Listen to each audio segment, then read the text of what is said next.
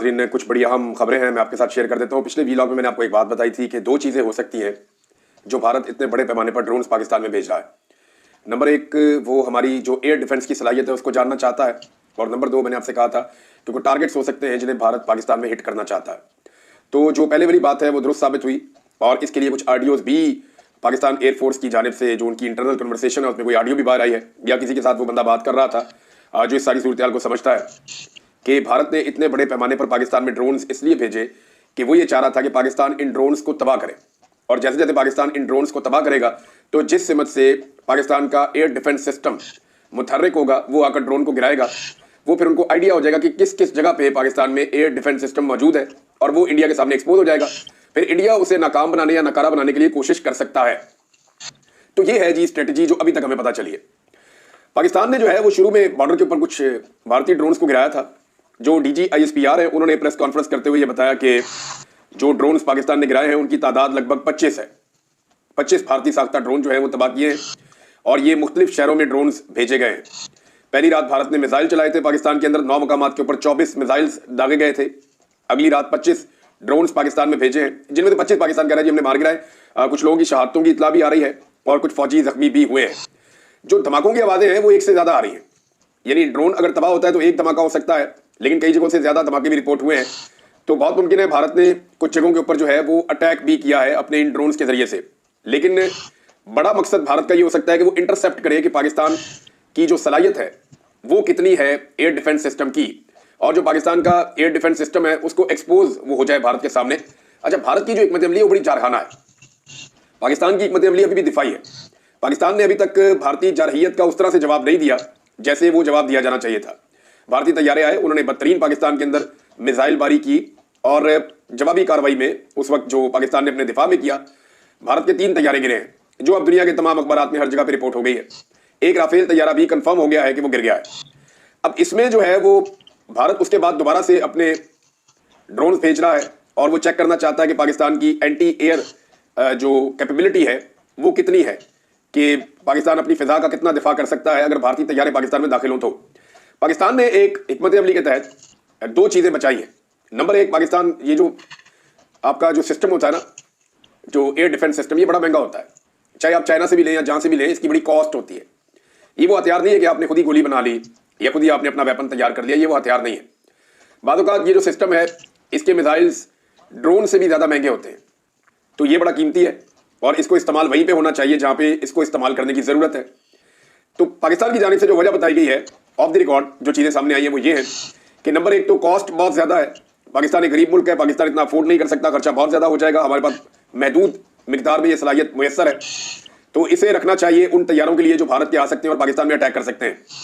तो ये एक जाल बिछाया गया था भारत की जानिब से। बहुत सारे ड्रोन जो इसराइली साख्ता ड्रोन हैं, इन्हें पाकिस्तान के अंदर भिजवाया गया, और ये ड्रोन हैरत अंगेज तौर पर बॉर्डर पर नहीं गिराए जा सके, यानी इंटरसेप्ट ये हो गए थे, पता चल गया था कि ये ड्रोन्स आ रहे हैं, लेकिन इन्हें मारा नहीं गया, बल्कि इन्हें मारने के लिए छोटे वेपन इस्तेमाल किए गए, और इन्हें शहरों के अंदर आने दिया गया।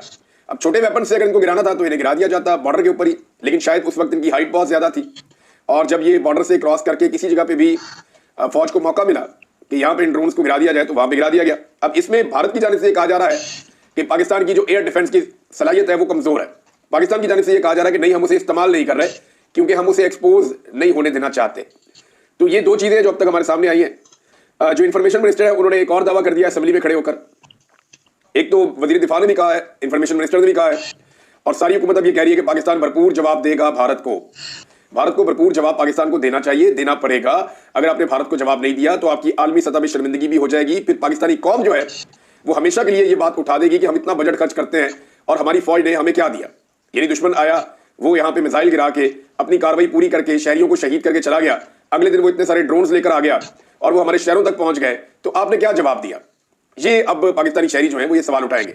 ड्रोन्स कहां तक पहुंचे हैं? चोलिस्तान पहुंच गया, अंदाजा करें। ये रावलपिंडी, लाहौर, गुजरावाला, भावलपुर, चकवाल, मंडी, यजमान और बहुत सारे इलाकों में 25 ड्रोन जो है वो रिपोर्ट हुए हैं, जो पाक फौज ने गिराए हैं। जो नहीं गिराए वो रिपोर्ट नहीं हुए। अब हमें कितना नुकसान हुआ या वो कितनी सर्वेलेंस कर पाए, इसके बारे में अभी कोई हमारे पास इतला नहीं है। लेकिन ये भारत की एक जंगी हिकमत अमली है, और इसका मतलब ये है कि भारत एक फिजाई हमला पाकिस्तान पे करने का इरादा रखता है, और उसको इस बात का अंदाजा है कि पाकिस्तान में उसको मुश्किल पेश आ सकती है। पाकिस्तान की एयरफोर्स एक बड़ी मजबूत और बड़ी प्रोफेशनल एयरफोर्स है। इसने हमेशा भारत को नाकों चने चबवाए, लेकिन अभी तक भारत के अंदर पाकिस्तान ने किसी किस्म का जवाब नहीं दिया। और भारत के अंदर जो है ना, पाकिस्तान को भी चेक करना चाहिए ना, ड्रोन भिजवा के पाकिस्तान को भी चेक करना चाहिए कि भारत का जो एयर डिफेंस सिस्टम है वो कितना इफेक्टिव है और कहां कहां पे लगा हुआ है, ताकि हम भी जब भारत के अंदर दाखिल हो तो हमें सारी इंफॉर्मेशन हो। भारत इस पे काम कर रहा है इसराइल के साथ मिलकर, और पाकिस्तान जो है वो इसके ऊपर अभी तक काम नहीं कर रहा है। ऐसा लगता है कि पाकिस्तान की हिकमत अमली जो है वो सिर्फ मजामत की है कि अगर आप हमें मारेंगे तो हम मजामत करेंगे, हम डायरेक्टली मार नहीं खाएंगे, लेकिन हम आपके ऊपर अटैक नहीं करेंगे। अब वुज़रा ने यह धमकी दी है कि ये भारत को जवाब जरूर देंगे।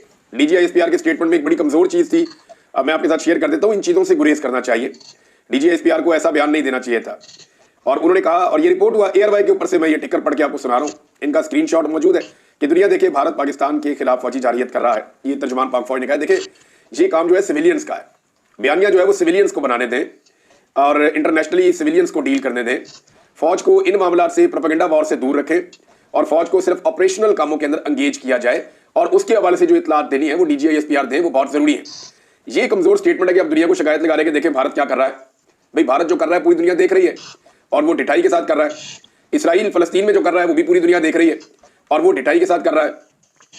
तो जो जारे होता है ना, जिसने हमला किया हुआ होता है, उसको इस बात की फिक्र नहीं होती कि उसका इमेज क्या बनेगा। और ये आपसे बेहतर कोई नहीं जानता, पाकिस्तान की मिलिट्री एस्टेब्लिशमेंट जानती है कि उनका इमेज तबाह हो गया पाकिस्तान में, लेकिन उन्होंने पाकिस्तानी अवाम के ऊपर जारियत की है। अभी की आप स्टोरी ले लेना, वो छोटी बच्ची है शहरबानो। अब शहरबानो जो है उसके घर के ऊपर अटैक कर दिया बहुत बड़े पैमाने पे सिक्योरिटी फोर्सेस ने, सिर्फ इसलिए कि वो सोशल मीडिया पे बात करती है।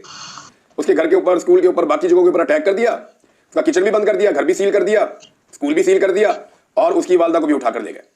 अब वो बच्ची बेचारी बता रही है कि जी मेरी वालदा का क्या कसूर है, इस मुल्क में कानून और इंसाफ है, मेरी मां मुझे वापस करो।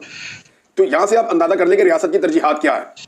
रियासत की तरजीहात का आप यहां से भी अंदाजा कर सकते हैं कि जिस वक्त भारतीय ड्रोन पाकिस्तान के अंदर दाखिल है तो पाकिस्तान की जो रियासत है वो ये फैसला कर रही है कि इमरान खान साहब का पॉलीग्राफिक टेस्ट करवाया जाए, इमरान खान साहब का फोटोग्राफिक टेस्ट भी करवाया जाए 9 मई के हवाले से जो वाकया हुआ उसको लेकर।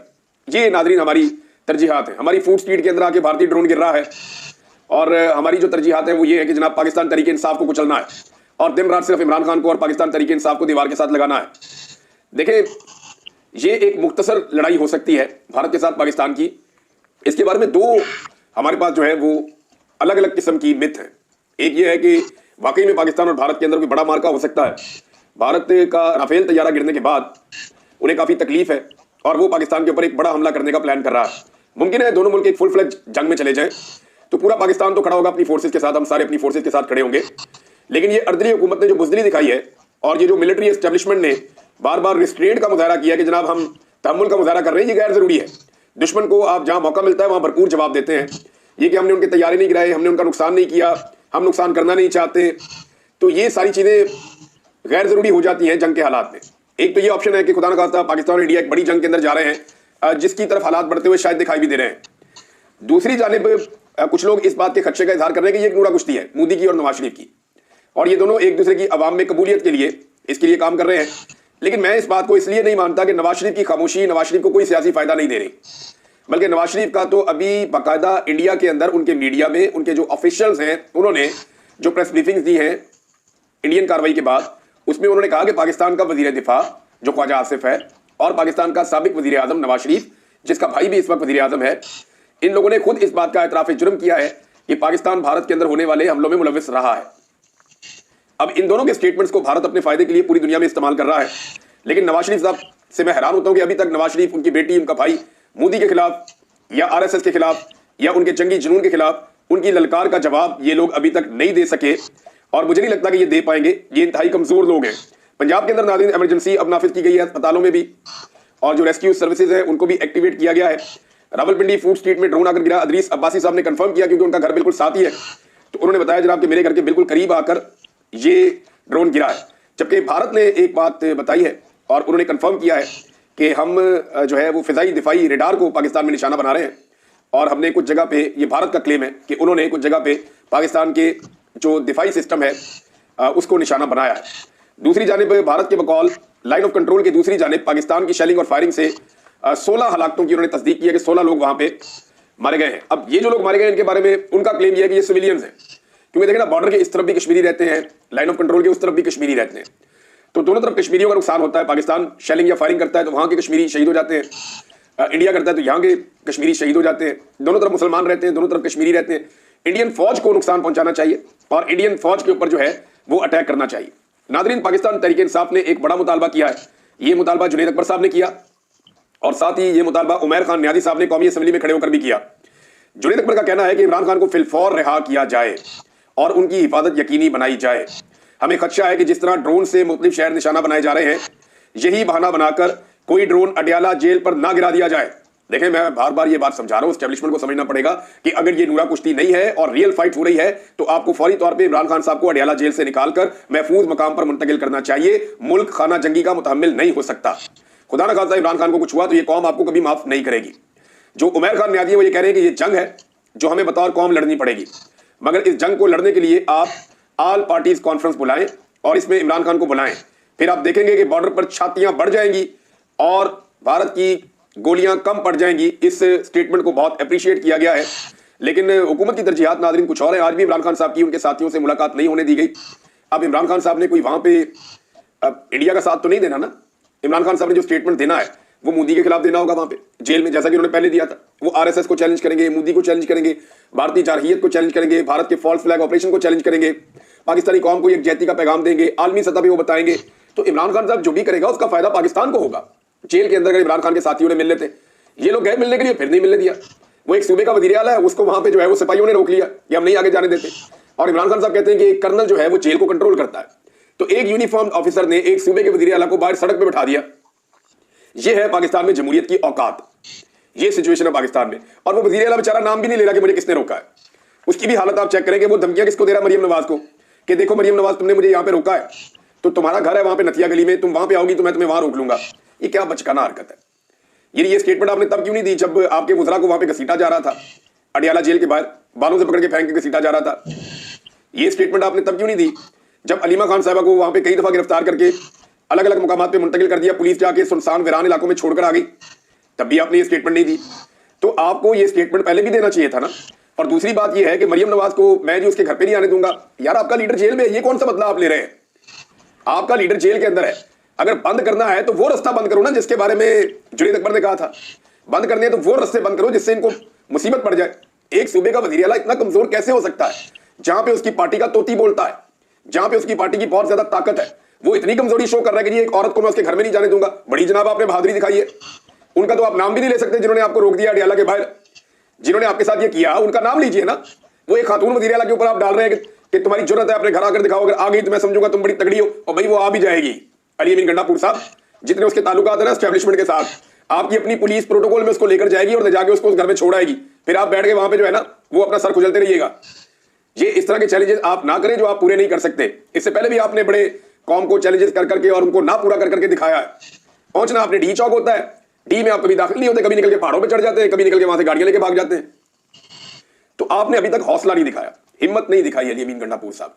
और ये जो भी आपने किया ये नामुनासिब है। एक वजीर आला के साथ जो सलूक आपने वहां पे करवा लिया, आपकी एक पोजीशन है, या तो आप वहां गिरफ्तारी दे देंगे, ठीक है यार तुम्हें इंडिया की परवाह नहीं है, किसी बात की परवाह नहीं है, हमें हमारे लीडर से नहीं लड़ने दे रहे, तो ठीक है। फिर पैदल इन्होंने जाने की कोशिश की लेकिन वहां पे पुलिस ने रोक लिया। अब ये निजाम जो है वो इस हद तक नंगा हो चुका है। अलीमा खान साहब का तबसरा क्या है इस सारी सूरत हाल पे? वो भी हैरान हो रही है कि ड्रोन बॉर्डर पे क्यों नहीं गिराए जा रहे। उन्होंने कहा ड्रोन पाकिस्तान के शहरों में पहुंच रहे हैं और ये एक मोदी और नवाज शरीफ की उन्होंने कहा नूरा कुश्ती है और इसके नताइज दो होंगे। मोदी को मौका मिल जाएगा कश्मीरियों के ऊपर हमला करने का, जबर और जुल्म करने का, जबकि यहाँ पे नवाज शरीफ को और एस्टेब्लिशमेंट को मौका मिल जाएगा कि वो पाकिस्तान तरीके इंसाफ के ऊपर मजीद सख्तियां बढ़ा दें और इमरान खान साहब के जो मुकदमात है या केसेस है उनको डिले कर दें। तो नाज़रीन, कौमी यकजहती का आलम तो ये है कि आपका इंफॉर्मेशन मिनिस्टर जो है वो जब खिताब कर रहा था या तकरीर कर रहा था कौमी असम्बली में, तो कौमी असम्बली तकरीबन खाली पड़ी हुई थी। ये है इस वक्त जब लीडर लेस होती है ना कौम, जब लीडर नहीं होता कौम के पास, जब ऐसे अर्दली लाके बुजरी दिखाने वाले अर्दली लाके बैठा दिए जाते हैं, तो फिर यही होता है। कौम खड़ी नहीं होती, लोग खड़े नहीं होते, लोगों के अंदर जज्बा और जोश नहीं होता, लोग उस तरीके से सामने नहीं आते। लोग एक ही मुतालबा कर रहे हैं कि बेईमानी ज्यादती बंद करो। ये जो फॉर्म 47 के ऊपर जाली हुकूमत बनाई गई है, अवाम का मैंडेट छीन कर ये मैंडेट अवाम का अवाम को वापस किया जाए। जिस शख्स को जेल में जाली मुकदमात में बंद किया है उससे जाकर माफी मांगे और उससे कहें कि कौमी यकजहती के लिए अपना किरदार अदा करें। इस मौके पर वो आपको माफ कर देगा। लेकिन आप हर मौका जाया कर देते हैं। अगर ये मौका आपने जाया कर दिया तो पता नहीं आपको दोबारा कभी मौका मिलेगा या नहीं मिलेगा। अगर तो ये नूरा कुश्ती नहीं है और ये वॉर बटन से नहीं खेल रहे कि हमने ऑन कर दिया तुम ऑफ कर दो, तुमने ऑन कर दिया हम ऑफ कर देते हैं, तो ये अगर वॉर बटन से नहीं खेल रहे तो फिर तो इन्हें इमरान खान के पास जाना ही पड़ेगा। अगर रियल जंग की सूरत हाल है तो फिर इस कौम को आर्मी चीफ और बहुत सारे हथियारों से ज्यादा इमरान खान की जरूरत है। याद रखिएगा, लीडर्स और कौमें मिलकर जंग जीतती हैं, फौजें और हथियार जो है वो सानवी हैसियत रखते हैं।